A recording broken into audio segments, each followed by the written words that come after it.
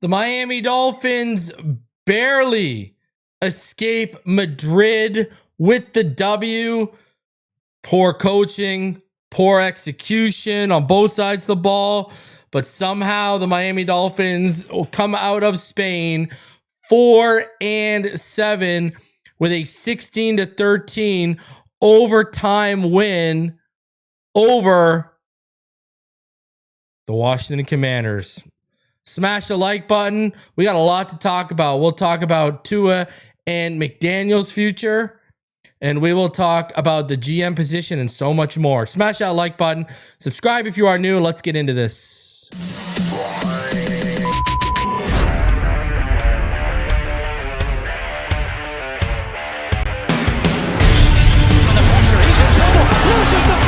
Touchdown! Got it! You have got to be kidding me. Jalen Waddle has a Dolphin touchdown. And he will score! Field down the near side, man open, touchdown!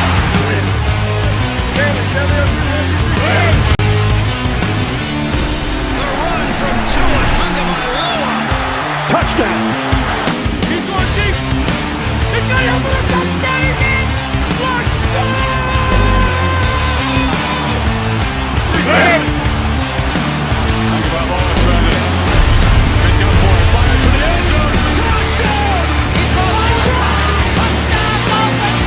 Beautiful day to be a Dolphin fan. Let's go!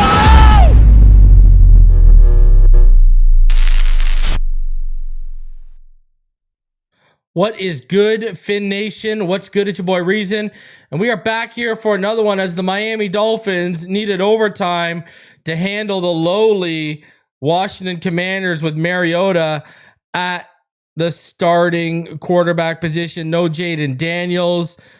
I mean, it was downright ugly at times today, from execution to coaching. I mean, let's talk about a few things here first. Now, let's talk about Jack Jones. Jack Jones definitely gets the game ball. He had the game-sealing interception. I thought he had a terrible defensive pass interference call against him earlier in the game. That was one of the worst defensive pass interference calls I've ever seen in my life. Like, that was one of the worst calls I've ever seen in my life. And it's not even close. So, but the Miami Dolphins, somehow, some way, they took care of business. Shout out to Jordan Brooks. All right. Jordan Brooks today, he finished with 20 tackles, 10 solo, 10 assists. Tyrell Dodson finished with 11. Minka finished with 9 on the back end. So shout out to him. I mean, and let's be real here. I mean, let's call a spade a spade. Mike McDaniel got bailed out today.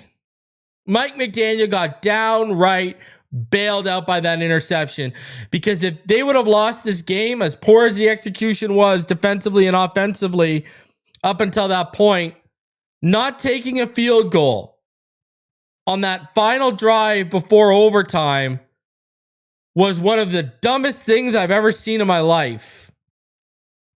Honestly, 4th and goal at the 1:44 left. And what happens? You decide to run the ball. Like, why? Just take the field goal. You would have saved us all a lot of time and a lot of anxiety. And that was definitely on Mike McDaniel. That was not on Ollie Gordon. That play was dead from the beginning. Go back and watch the play. That play was dead from the beginning. You subbed in Brunskill and he's reported as eligible. What do you think they think is coming? If McDaniel wanted to try and fool them, the play there would have been a bootleg. Would have been play action, handoff, bootleg it, try to get a tight end to leak out, or a slant from one of your receivers, and boom. I mean, that was just an awful play call. That was all on Mike McDaniel.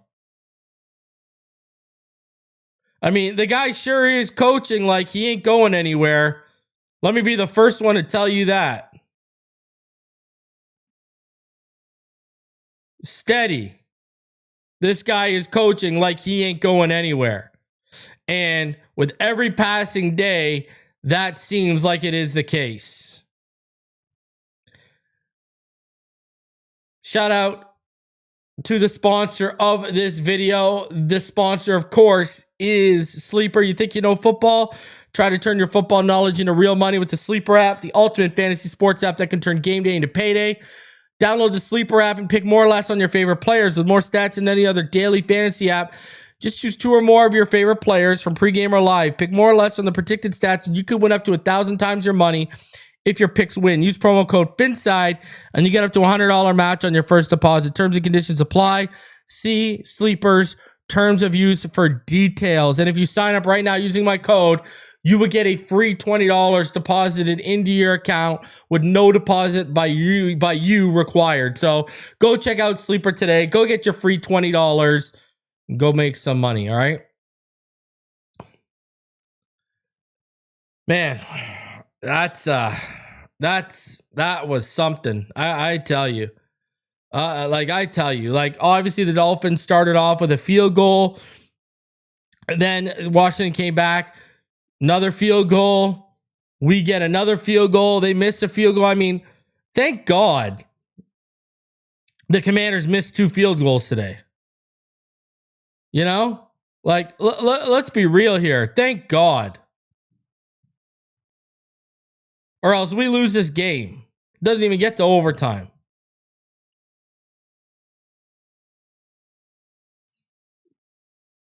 And the defense, man, it's just not good enough right now. In moments like when we scored that touchdown to tie it, I mean, thank God they went for it, on 4th and goal from the 1, right? Think about it. The Commanders had a chance to really get the winning points with about 6 minutes left in the 4th, but they decided to go for it, and it bit them in the ass. So, poor coaching on both sides by both guys, really. Poor decisions end up costing both these teams, you know what I mean? But there's got to be a winner unless it's a tie, and there was a winner, and it was the Miami Dolphins. Thank God. Holy jeez, thank God. Juju Brents left the game with an injury. I mean, this is the guy's MO. This is why we were able to get him. He just can't stay healthy. I mean, I like Juju Brents. He was on my man crush list when he was coming out from college.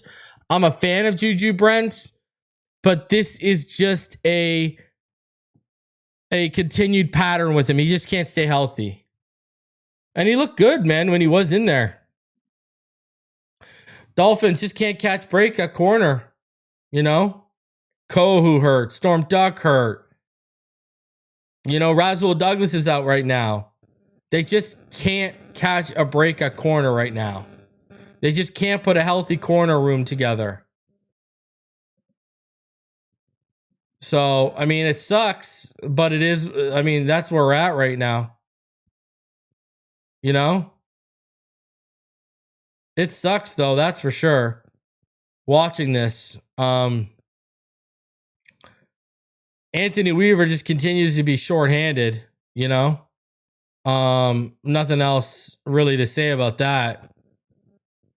So, hey, what an ugly win. But hey, you got to win the ugly ones. What's crazy though is if this team had handled business and this defense was as good as it should have been early on in the season, we could have been coming into this game, right? 7-3 or 6-4. And then if you win this, it's an ugly one, but at least we're sitting here saying, okay, you got to win ugly ones. You got to win ugly ones. A win is a win. The problem is what we had seen in the previous 10 weeks. That's the issue. that, like, the performance today after what we saw against Buffalo last week, there's going to be people that sit back and rightfully ask, was Buffalo a fluke? The coaching wasn't as good today. The execution wasn't as good today. The overall play wasn't as good today. You know, I mean, I don't know. It's a win and we escaped with it, but by no means is it something you can hang your hat on right now.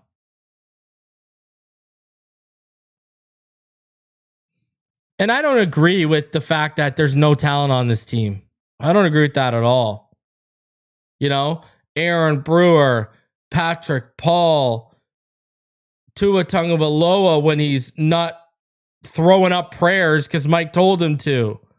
Jalen Waddle, Devon Achane, Jalen Wright, Ollie Gordon, Zach Sealer, Chop Robinson, Bradley Chubb, Kenneth Grant, Jordan Phillips, Jordan Brooks, Minka Fitzpatrick. I mean, there's enough health. There's enough talent on this team where you shouldn't be this bad. But I will say this. 2-0 since they fired Mike McDaniel. Since they fired Chris Greer. Huh? Undefeated.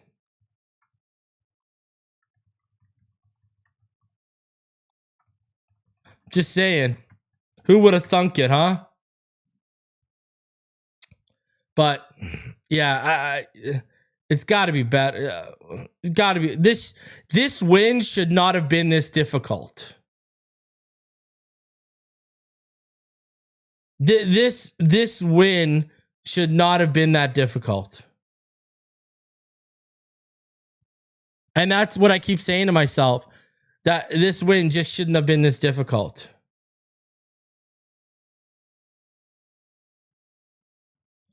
And you know what? What's painful is a lot of it is this team making it and this coaching staff making it difficult for themselves.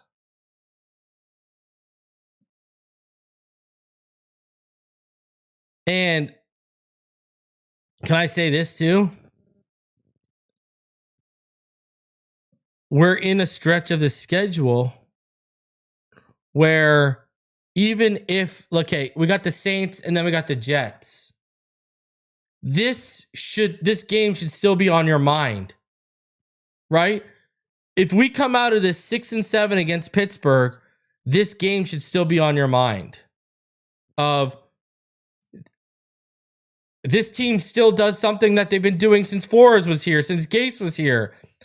They find a way to play down to their opponents. Instead of rising to the occasion, they played down to their opponents today. And because of that, look at how difficult it was to come away with that W.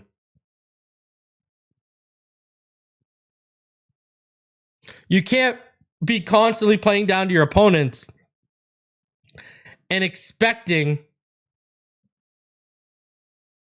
continuously positive results. It's going to bite you in the ass. And it already has this year, right? Like, it's already bit him in the ass this year. So if you're going to play down to your opponents, be prepared to be disappointed. And that's the problem. That's a big problem.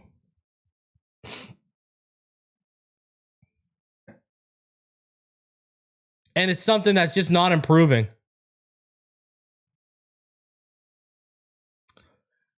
Yeah, we had a sack today. Tyrell Dodson had a sack. So, you know, listen, I had warned everyone, is Dan Quinn taking over play calling duties going to give a shot in this arm to the Commanders defense? And it ended up doing so. And if not for a late Mariota mistake, an interception on their first drive to open overtime, who knows what we're sitting here and talking about right now. But Mike McDaniel, just not good enough, man. Just not good enough. Defense at times today, not good enough. But they finished it off in the end, so I'm not going to hold it against them. So, I don't know. I mean,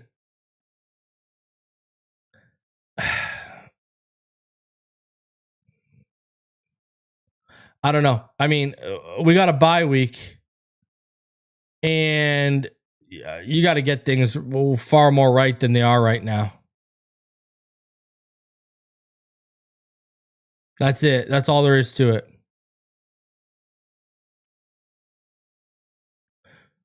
So let's talk about a few things here. All right. Number one, I want to show this. This is from Diana Rossini. All right.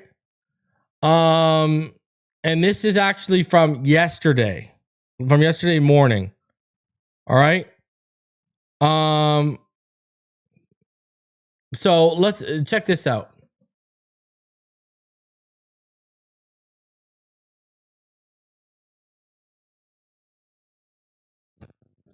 All right, check this out. So I want to show you this right here.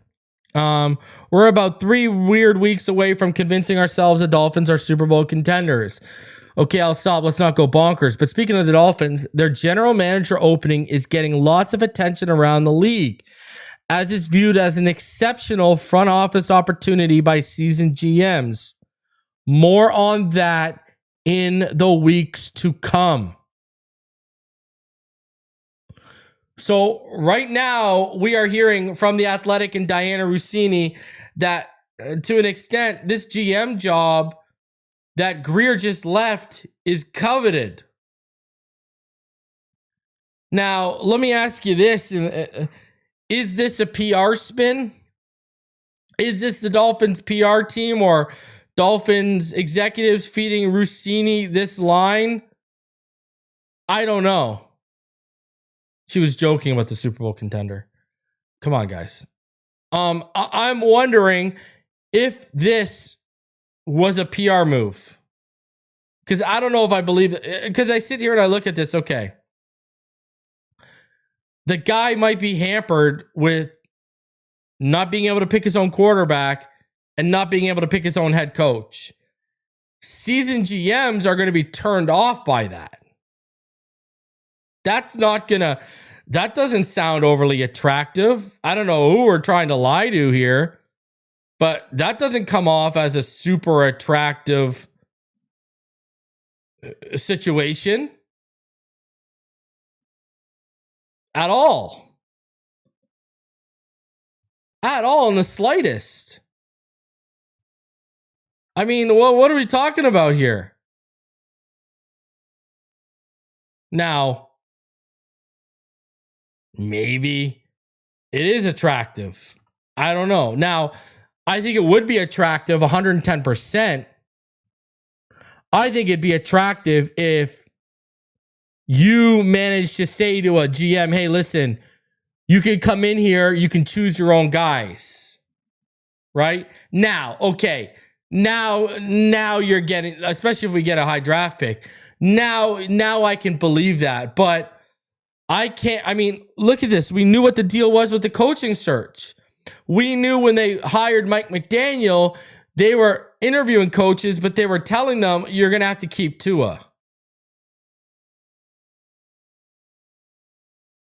And we knew, we had heard the reports. You didn't even need to hear the reports. You knew that was going to limit the field of qualified candidates who wanted to take this job on, right? And you're doing the same again. This is the continuous meddling. All right? The problem here is this. All right? Ross owns the team, but instead of being an owner and allowing football minds to make football decisions, he continues to get involved. And it's not a good look. And one of the things I said about when they fired Chris Greer was you got to stop the meddling. You meddled with McDaniel. You said you got to keep Crossman. You got to keep Boyer, even though he wanted to bring in Fangio. You got to keep Tua. You got to keep Eichenberg. You got to keep Austin Jackson. You got to make those things work.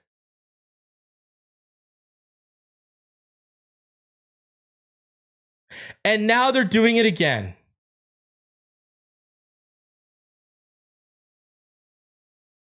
I just don't, I don't get it. I mean, when did this guy start to think he's Jerry Jones? Listen, I think Jerry Jones doesn't do a great job anymore, but at least that guy can hang his head on a Herschel Walker trade. Ross over here acting like a GM.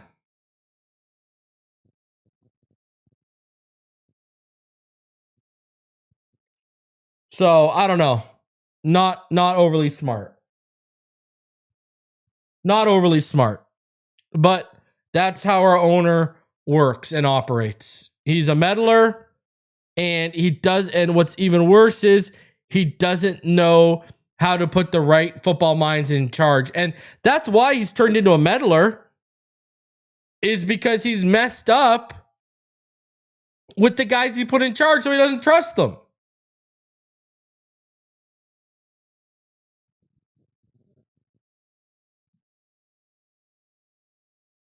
It's exactly what happened. So, it's the definition of insanity, doing the same thing over and over again, yet expecting different results. And I'll tell you right now, Stephen Ross is probably sitting back, looking at this team being 2-0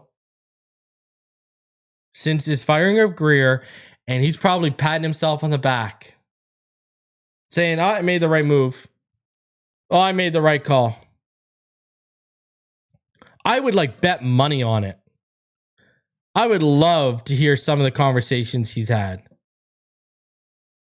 Because I'm going to tell you right now, I know exactly what he's saying.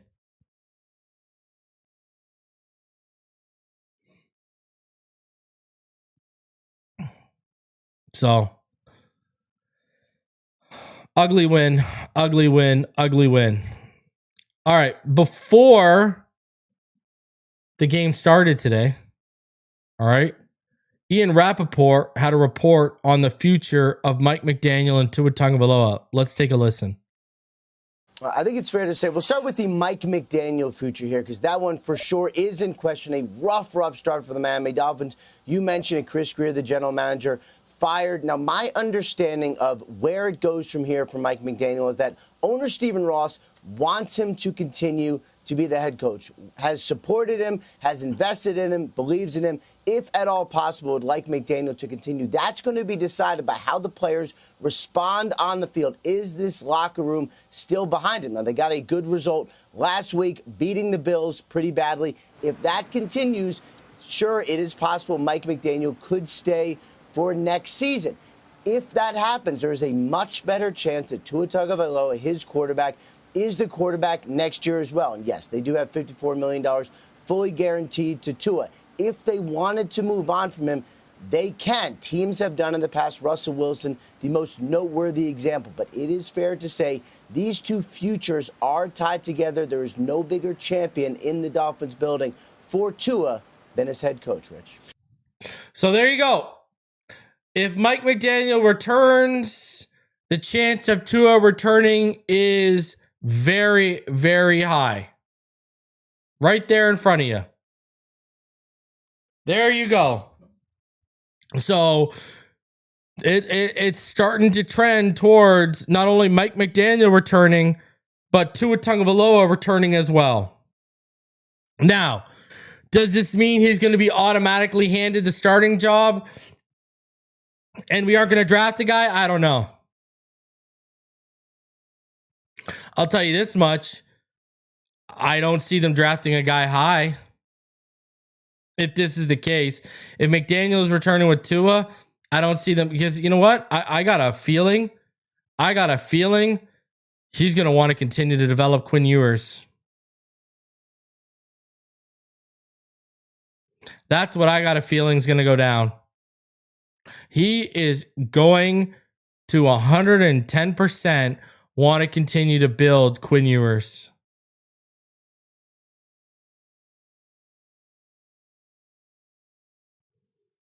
I don't know. That's very disappointing. I mean, we're not surprised, right? I mean, you know, before the Bills game, I said I thought there was an 80% chance McDaniel comes back. And what's crazy is this guy escaped the fireable offense today.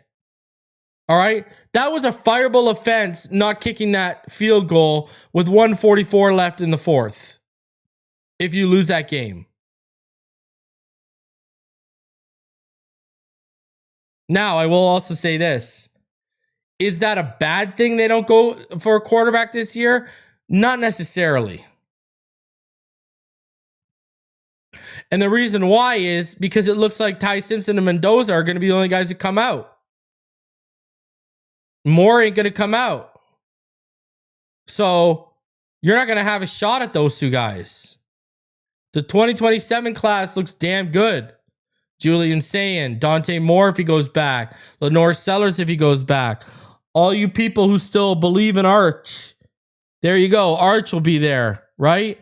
You know, CJ Bailey will be able to come out next year, right? I mean, Bryce Underwood, I don't think he'll come out to 2028, but he'll be eligible next year. I don't know if I said it, but Julian Sayin, Sam Levitt from Arizona State. It's a good class next year. But sure looks like Ross is going to keep these guys in charge. And it seems like Ross is going to keep going. And I'm telling you, like, they keep bringing up about how Ross gave him an extension. Every time you hear them talk about this, it's Ross invested in him. I'm telling you, Ross doesn't want this to look like a bad business decision.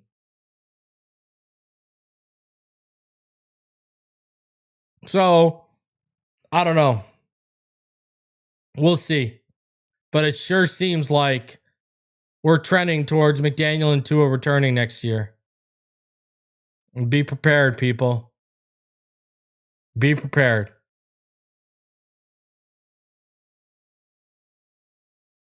I want you to put in the chat, who would you give your game balls to today to? Give me an offensive game ball and a defensive game ball. Offensively, I will say Achane. Earlier today, I said Jack Jones gets a defensive game ball. Let me know in the chat and in the comment section, who is your offensive game ball recipient and defensive game ball recipient. And I'm going to be honest with you. If McDaniel's staying, if Tua's staying, could this be 2026? Champ just stays here too?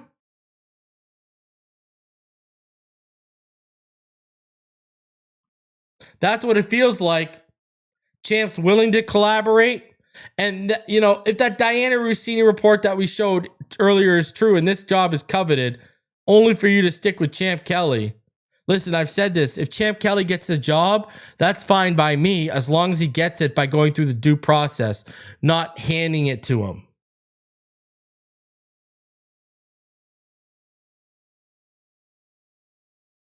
So, I don't know. And maybe they're thinking another year of Quinn Ewers, another training camp offseason of Quinn Ewers is going to make him legitimate competition for Tua in training camp. Maybe that's the thought process. I don't know. If it is, I wouldn't agree with it. But, you know, they rode Skyler out for how long? Quinn Ewers was a much better prospect coming out. And even going into college, Quinn Ewers was a much better prospect. Maybe they ride that.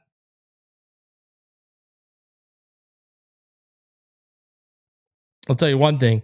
If Champ Kelly is the GM, first thing he needs to do is extend Devon Achane. $14 to $16 million a year. 110%.